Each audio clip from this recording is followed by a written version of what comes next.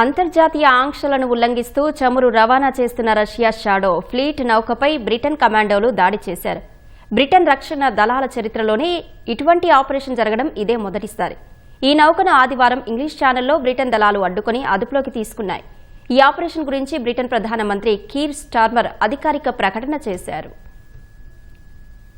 ఆదివారం తెల్లవారుజామున ఇంగ్లీష్ ఛానల్లో ప్రయాణిస్తున్న రష్యా అనుబంధ చమురు నౌక స్మిర్టోస్ పైకి బ్రిటన్ రాయల్ మెరైన్ కమాండోలు హెలికాప్టర్ల ద్వారా దూకి దానిని తమ ఆధీనంలోకి తీసుకున్నారు. బ్రిటన్ రక్షణ మంత్రిత్వ శాఖ తెలిపిన వివరాల ప్రకారం ఈ రహస్య ఆపరేషన్ మొత్తం 6 గంటల పాటు కొనసాగింది. రాయల్ మెరైన్ కమాండోలతో పాటు బ్రిటన్ నేషనల్ క్రైమ్ ఏజెన్సీ అధికారులు, రాయల్ ఎయిర్ ఫోర్స్ బలగాలు ఈ దాడిలో పాల్గొన్నాయి. హెలికాప్టర్ల ద్వారా తాడు సహాయంతో సాయుధ కమాండోలు నౌకపై దిగుతున్న వీడియోలను బ్రిటన్ రక్షణ శాఖ విడుదల చేసింది. నౌకలోని క్యాబిన్లను ఆధీనంలోకి తెచ్చుకున్న అనంతరం ఎన్సీఏ అధికారులు నౌకకు సంబంధించిన పత్రాలను క్షుణ్ణంగా తనిఖీ చేశారు. ప్రస్తుతం ఈ నౌకను ఇంగ్లాండ్ దక్షిణ తీరంలోని వేమౌత్ వద్ద నిలిపి ఉంచి దర్యాప్తు జరుపుతున్నారు.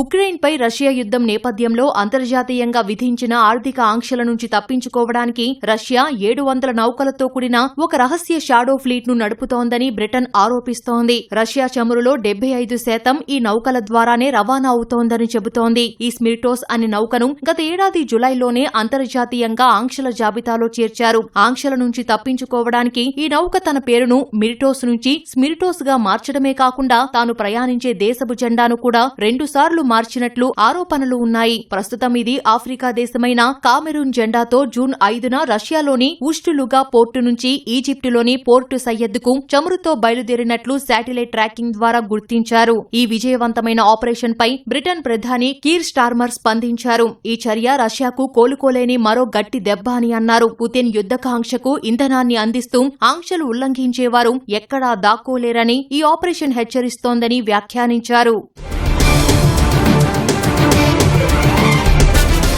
బ్రిటన్ తీసుకున్న ఈ సాహసోపేతమైన చర్యపై ఉక్రెయిన్ అధ్యక్షుడు జెలెన్స్కీ సోషల్ మీడియా వేదికగా బ్రిటన్ ప్రధానికి, అక్కడి ప్రజలకు కృతజ్ఞతలు తెలిపారు. చమురు, గ్యాస్ అమ్మకాల ద్వారా వచ్చే భారీ ఆదాయం వల్లే రష్యా ఈ యుద్ధాన్ని కొనసాగిస్తోందని, రష్యాకు డబ్బు అందకుండా చేసే ప్రతి నిర్ణయం యుద్ధాన్ని ముగించడానికి సహాయపడుతుందని జెలెన్స్కీ పేర్కొన్నారు. ఐరోపా దేశాలు కేవలం చమురు నౌకలను అదుపులోకి తీసుకోవడమే కాకుండా అవి మోసుకెళ్లే చమురును పూర్తిగా స్వాధీనం చేసుకునేలా కఠినమైన చట్టాలను తీసుకురావాలని జెలెన్స్కీ ఈ సందర్భంగా డిమాండ్ చేశారు.